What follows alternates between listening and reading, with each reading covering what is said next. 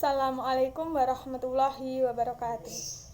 Perkenalkan, nama saya Ega Melivio Irvanda, NPM 20010110033, Pendidikan Agama Islam kelas D semester 1, IAIN Metro.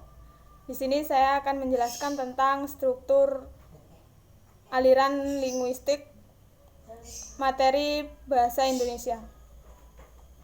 Adapun dengan linguistik, ada linguistik tradisional. Di sini linguistik tradisional aliran fungsional yaitu sekumpulan penjelasan dan aturan gramatik yang dipakai kurang lebih selama 200 tahun lalu. Istilah tradisional dalam linguistik sering dipertentangkan dengan istilah struktural.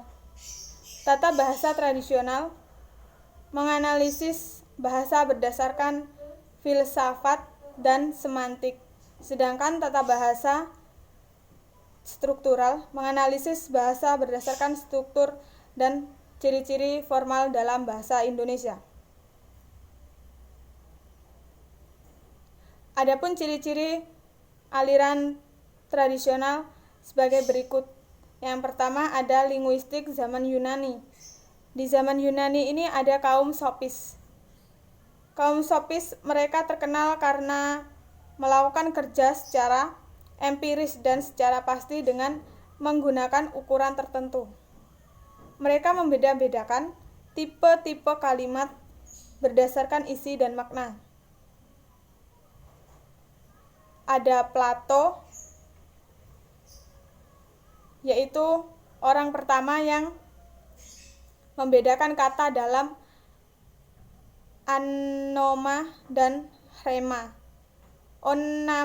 Onoma bentuk tunggal dari onomata, sedangkan rema bentuk tunggal dari remata. Aristoteles membagi 3 macam kelas kata, yaitu onoma, rema, dan syndesmat. Yang selanjutnya ada kaum Stoik, terkenal karena mereka membedakan studi bahasa secara logika dan studi secara tata bahasa. Kaum Alexandrian menganut paham analogi dalam studi bahasa, karena dari mereka kita mewarisi buku tata bahasa yang disebut tata bahasa Dionysius Thales yang lahir lebih kurang tahun 100 SM.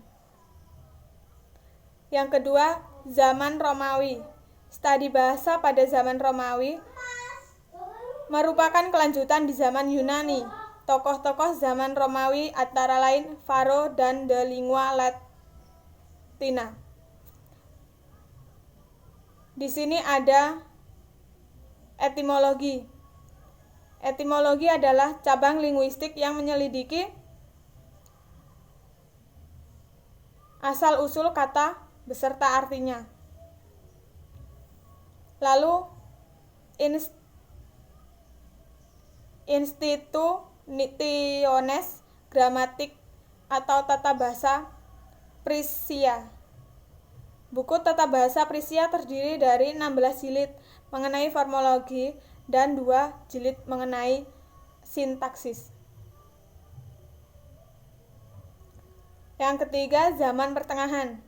Studi zaman pertengahan di Eropa mendapat perhatian penuh terutama oleh para filosof skolastik, dan bahasa Latin menjadi lingua franca dari zaman pertengahan yang patut dibicarakan dalam studi bahasa.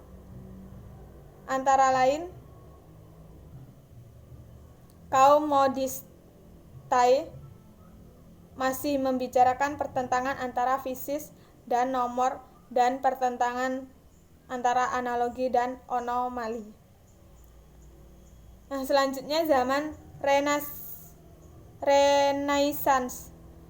Zaman ini dianggap sebagai zaman pembukaan abad pemikiran abad modern. Dalam sejarah studi bahasa, ada 2 hal zaman yang menonjol, yaitu selain menguasai bahasa Latin, Selain bahasa-bahasa di atas juga bahasa-bahasa Eropa lainnya yang juga mendapat perhatian dalam bentuk pembahasan, penyusunan tata bahasa, dan perbandingan. Yang selanjutnya, linguistik struktural. Berusaha mendeskripsikan satu bahasa berdasarkan ciri-ciri sifat khas atau yang dimiliki bahasa itu. Tokoh-tokoh dalam linguistik struktural antara lain ada Ferdinand de Saussure tahun 1857 sampai 1913. Dianggap sebagai bapak linguistik modern berdasarkan pandangan-pandangan yang dimuat dalam buku Cours de linguistique general yang disusun dan diterbitkan oleh Charles Bailey dan Albert Schweitzer tahun 1915. Aliran Praha.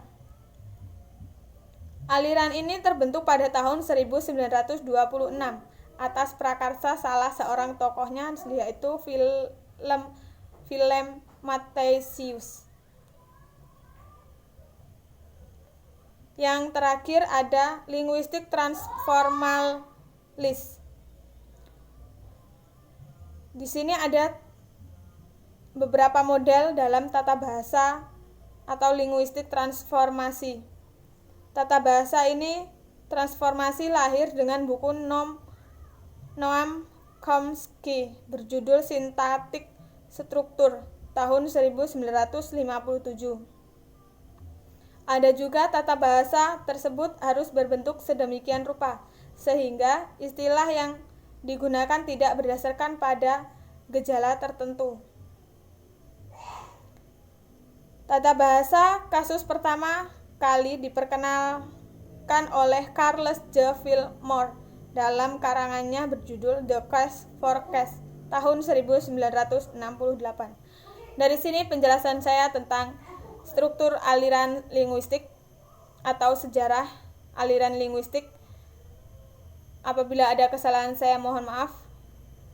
Sekian, terima kasih. Saya akhiri. Nun wal qalami wa ma yaskurun. Wassalamualaikum warahmatullahi wabarakatuh.